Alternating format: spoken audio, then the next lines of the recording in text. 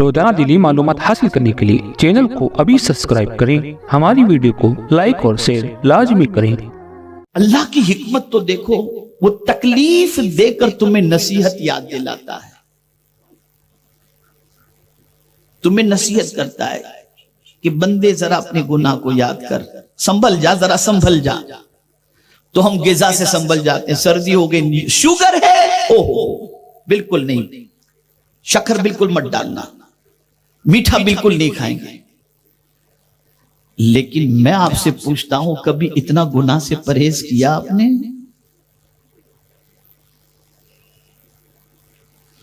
कभी बचे इतना गुनाह से आप, जितना डर आपको शुगर का है, जितना डर ब्लड प्रेशर का है, और उसकी वजह से जितना प्रिकॉशन चीजों में लेते हो, कभी हमने उतना प्रिकॉशन गुनाह से करने की नहीं। अब तो आज के बाद अब गुनाह से बचेंगे नहीं भाई, अब गुनाह नहीं करेंगे, ये सारी तकलीफ गुनाह से नहीं, बोल गए हम। कोरोना में जब मस्जिद के दरवाजे बंद हुए, रोने लगे, परेशान हुए, और खुले तो आने के लिए तैयार ना।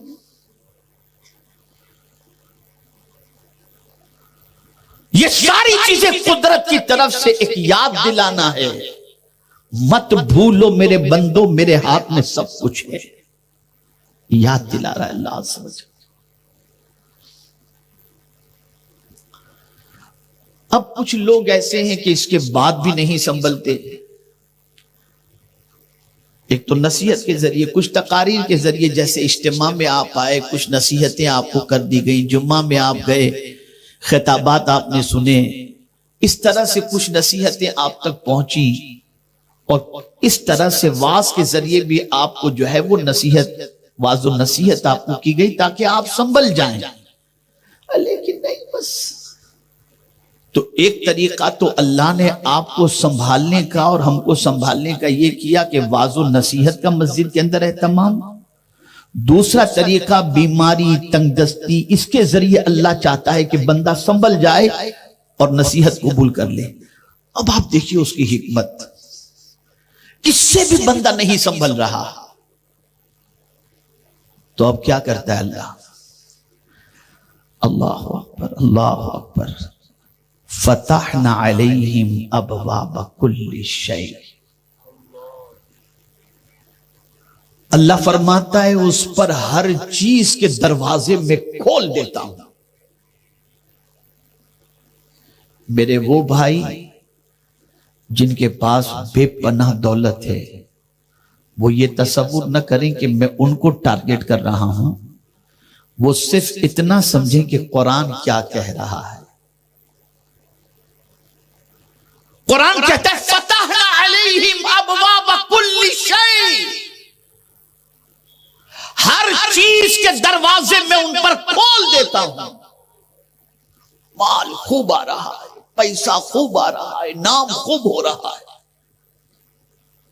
जो नसीहत नहीं कबूल करता, अल्लाह उस पर सारी चीजों के दरवाजे खोल देता है, सारी चीजों के दरवाजे। अब उसकी फीलिंग शुरू होती है, उसकी सोच बनती है कि मुझे जो इतना माल मिल रहा है ना, उसकी वजह यह है कि मेरे काम बहुत अच्छे अच्छे हैं, तो अल्लाह दे रहा है। ये माइंड बनता है उसका। ए अल्लाह, ये तू कब तक अता करता है? तो फरमाया अल्लाह अकबर, अबवाब कुल्लि शै हत्ता इज़ा फरिहू। उस वक्त तक अल्लाह देता रहता है जब तक कि बंदा उसमें मगन न हो जाए और ये सोचने लगे मेरे पास तो इतना करोड़ उधर पड़े, इतना अरब उधर पड़ा है, मुझे क्या टेंशन, मस्त हो गया। और इन मस्तों की एक अलामत बताऊं, इन मस्तों की अलामत यह है कि दुआ गिड़गिड़ा कर नहीं मांगते, और इन मस्तों की आंखों से आंसू भी नहीं निकलते। जो यहां तक माल में डूबे होते हैं ना, जल्दी से आंसू नहीं निकलेंगे होंगे, वो तो हंसते हो कह रोए वही जिसके पास कुछ ना हो, दिल सख्त हो जाता है। कुरान कहता है हत्ता इज़ा बिमा ऊतू। मैं जब आज ऊतू के बारे में गौर किया तो मेरी अक्ल दंग रह गई। अल्लाह ने यह नहीं फरमाया तूने जो मेहनत से कमाया है, यह फरमाया मैंने जो तुझे अता किया है। इससे पता चला कोई माल के आने पर अपनी होशियारी न समझे, ये कुदरत की अता समझे। वो जिसे चाहे जितना चाहे अता फरमाए। कुरान कहता है अल्लाहु यबसुतुर रिज़्क़ लिमन यशाउ व यक़दिर। अल्लाह जिसको चाहता है कुशादा रोजी अता करता है, जिसकी चाहता है रोजी तंग कर देता है। तो ये अल्लाह ने दिया है। मौला जो नसीहत भूल गया, फरामोश कर गया, उस पर तो अदाब आना चाहिए, और तू उस पर सारी चीजों के दरवाजे खोल दिया। ये एक इम्तिहान है। बहुत तवज्जो से सुनिएगा। जो लोग माल की कसरत को अपने लिए बहुत कुछ समझते हैं, उन्हें एक फिक्र यह भी रखनी चाहिए कि कहीं अल्लाह ज्यादा माल देकर हमारा इम्तिहान तो नहीं ले रहा। इसलिए कि इम्तिहान के दो तरीके हैं। एक गरीब बनाकर इम्तिहान लेना और एक अमीर बनाकर इम्तिहान लेना। कारून का इम्तिहान भी अमीर बनाकर के ही लिया गया था। फिरौन का इम्तिहान भी माल देकर के लिया गया था। और ये बात अच्छी तरह से याद रखें, हर माल वाला गलत नहीं होता, न हर माल वाला जो है वो गुनाहों में डूबा होता है। कुछ लोगों के पास माल जो होता है वो हजरत उस्मान गनी का सदका होता है, हजरत अब्दुल रहमान इब्ने औफ का सदका होता है। ये मैं उन लोगों की बात करता हूं जो अपने माल के जरिए कोई भी अय्याशी नहीं छोड़ते, जो अल्लाह के दिए हुए माल को अल्लाह की नाफरमानी में खर्च करते। अब तवज्जो चाहूंगा, दो किस्म के इम्तिहान, बीमारी और गरीबी का इम्तिहान और मालदारी का इम्तिहान। तवज्जो चाहूंगा, गरीबी का इम्तिहान आसान है, मालदारी का इम्तिहान बहुत टफ है, बहुत मुश्किल है। हजरत इमाम अहमद इब्ने हंबल रदी अल्लाह तआला अन्हु ने 4 खुलफा के दौर देखे और खल्क़े कुरान के मसले पर इमाम अहमद इब्ने हंबल रदी अल्लाह तआला अन्हु को कोड़े मारे गए। लेकिन हमेशा जब भी कोड़े पड़ते थे मुस्कुराते थे। 2 खुलफा के दौर में कोड़े पड़े, लेकिन आप टस से मस न हुए, मुस्कुराते रहे। लेकिन बाकी 2 खुलफा के दौर में क्या हुआ, उन्होंने सोने चांदी का ढेर हजरत इमाम अहमद इब्ने हंबल के सामने रख दिए। इमाम अहमद इब्ने हंबल की आंखों से आंसू आ गए। लोगों ने कहा हुजूर कोड़े खाकर नहीं रोए, उसमें तो मुस्कुराते थे, माल देख करके आप रो रहे हैं।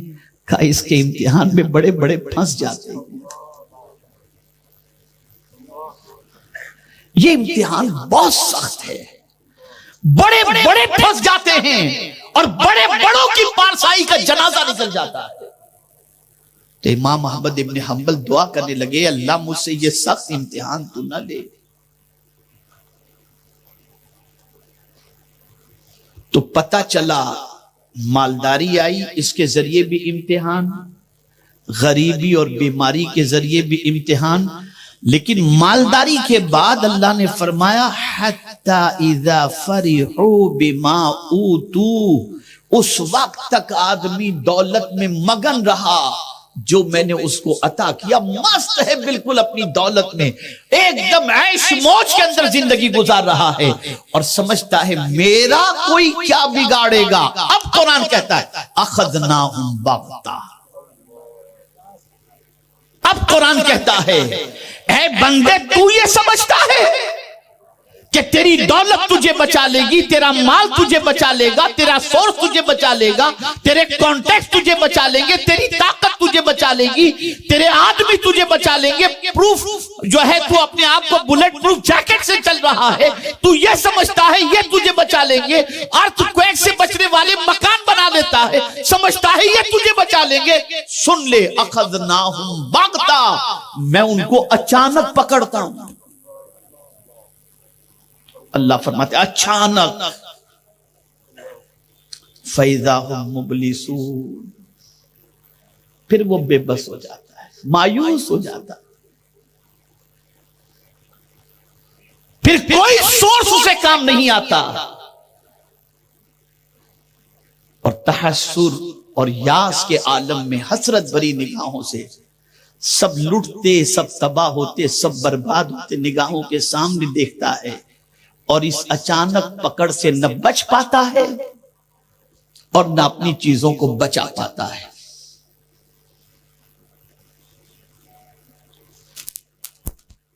तो अल्लाह अचानक पकड़ कब करता है? जब उसकी नसीहत को भुला दो। अचानक पकड़ कब करता है? जब दौलत में मस्त हो जाओ। और कुरान ने एक और मकाम पर कहा कि अगर तुम इन पकड़ से बचना चाहते हो तो तुम्हें क्या करना है?